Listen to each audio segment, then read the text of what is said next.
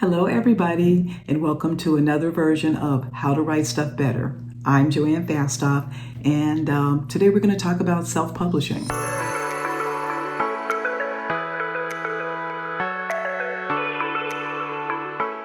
Last week we talked about traditional publishing. Now, self-publishing is an avenue of exposure toward people where traditional publishers say, we don't have time for that now.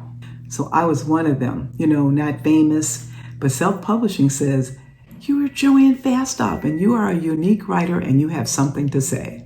With a good story, you must know how to get out there in front of people. You still have to know the kinds of exposure that you need, and you cannot take it personally when someone tells you no.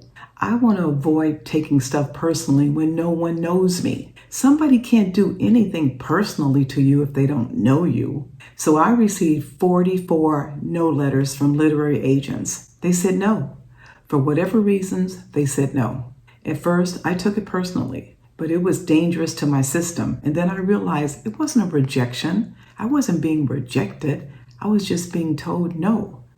And see, where there's a no, if you stick with it and persevere, there's a yes.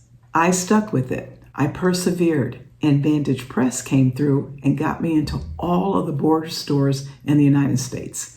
I was so thrilled. I was jumping for joy because I felt like I had made it. And then 9 months later, border stores went bankrupt, packed up, and closed. I thought I was gonna die. That was my meal ticket. That was my road to the Pulitzers.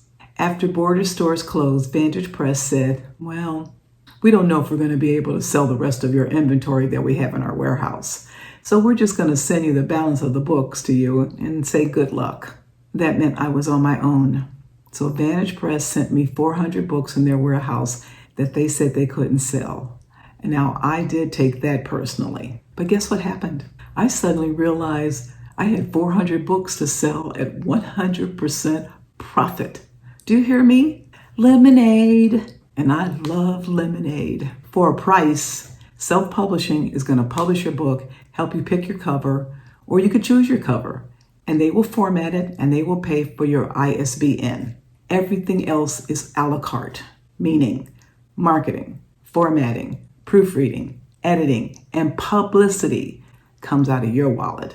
That's what self-publishing is. Yourself is publishing your book. The publishing house is just printing the book, formatting it, and picking your cover. Now, if you know someone in marketing, a professional editor, and someone that knows book art and can help you pick out a cover, hire them because it'll be much cheaper than any self-publishing hour rate. See, that's where self-publishing makes their money with all those a la carte prices. But self-publishing houses are becoming unbelievably competition for traditional publishing because they have scooted into where traditional publishing has blocked out women, people of color, and LGBTQ writers. Those are niche writers. And some of these writers are award-winning. Some are bestsellers, and some have throngs of fans. Now, I hired a professional editor before going through BookBaby who formatted my manuscript. I sent them various ideas about the cover for my book, and they sent me back based on what my story was about and what I said, and came up with 99% approval.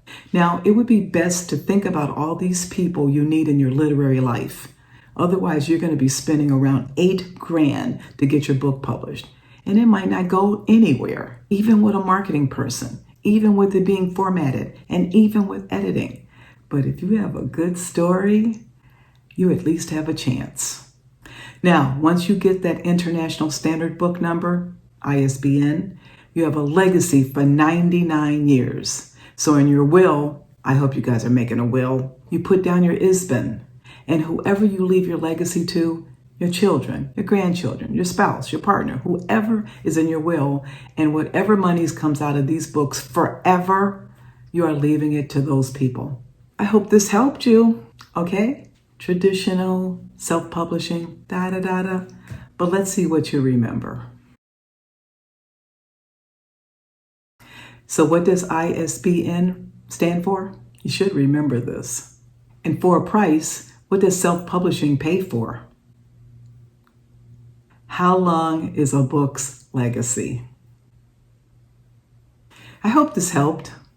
So you can always download my book at JoAnnFastTalk.com, and you'll know what's happening next week, because next week we're going to talk about the purpose of the treatment. Until then, have a wonderful week.